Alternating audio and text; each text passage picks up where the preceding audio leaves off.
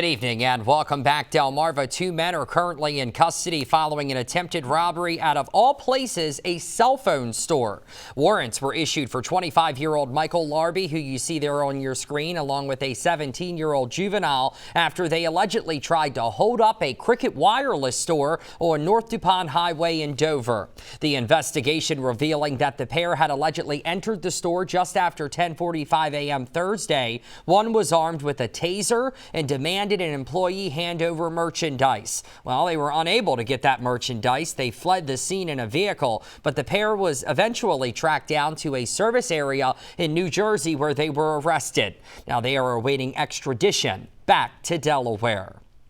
Moving on here and staying in the first state tonight, Delaware State Police arresting a Dover man on drug charges following a traffic stop Thursday. Around 2:40 p.m., police say they saw 31-year-old Trevor Thompson traveling down the opposite lane of Judith Road in Hartley on a scooter. Now, he was stopped by police and searched. Officers found nearly 30 grams of meth and drug paraphernalia on top of the felony drug charges he's facing. Thompson is also facing traffic violations. He was released on a $10,000 bond. Well, an anonymous threat caused the Maryland State House in Annapolis to go into lockdown Thursday evening. According to Annapolis police, someone made an anonymous threat to the State House over the phone around 5 p.m. A search of the building did not find anything suspicious. There were also no reports of violence at the State House following that threat. The lockdown and shelter in place was lifted at about 7 p.m. And at this time, nobody has taken credit for the threat. Well, the Somerset County Public School District is raising awareness on mental health with a fair. Officials are encouraging the Somerset community to get serious about their mental health, and they want folks to come out to their fair on March 11th. Support specialist Dawn Mitchell says she hopes that students who attend this fair walk away knowing that there is help right in their own backyard. There's more options than the usual 3 agencies that come out.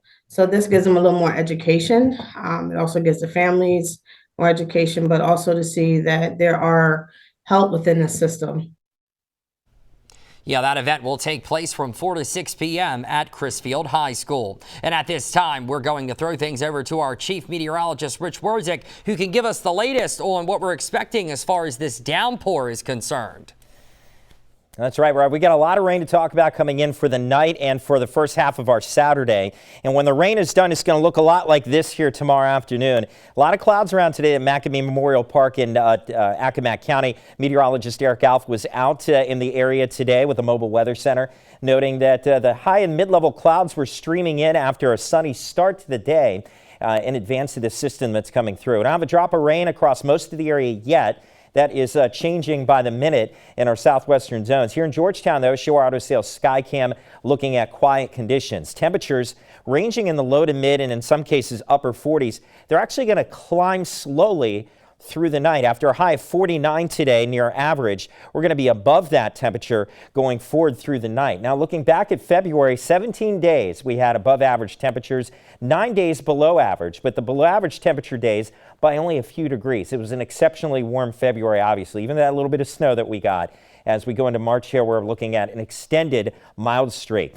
Weather watchers calling in right now. Josh and Marion Station at 43, Chucky and Lewis at 46 degrees. I want to point out what's happening here in the Carolinas. Look at that 61 in Wilmington. This is where the storm system is coming from, and it's taking milder air off the Atlantic. It's going to send it our way. That's why our temperatures go up through the night. You look around daybreak, we're going to be past the 50-degree mark.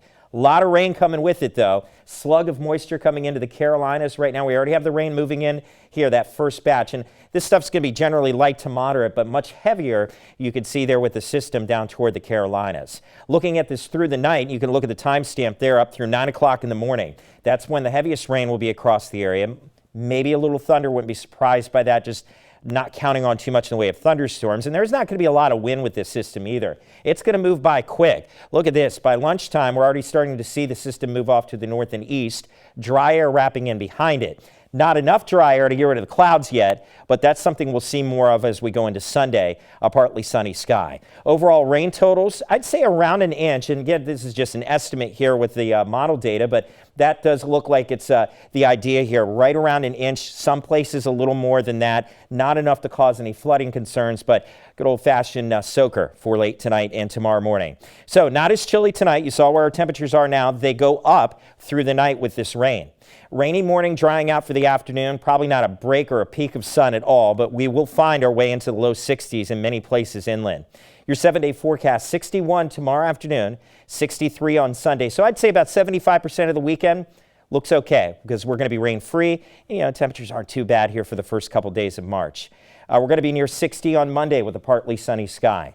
Taking a look at Tuesday and Wednesday, increasing chances for showers. And it looks like shower action will be on and off Wednesday into Thursday. Not a particularly dry period. There will be many dry hours next week, but along the coast you see a little cooler though in the 50s. No major storm systems to track at this point, and it looks like maybe a slight cool down by the end of next week. Keep in mind, especially for the next couple days along the coast, that onshore flow is going to keep things a little chillier tomorrow afternoon, Sunday, and into Monday. We've got more DSI coming up on the other side of the break.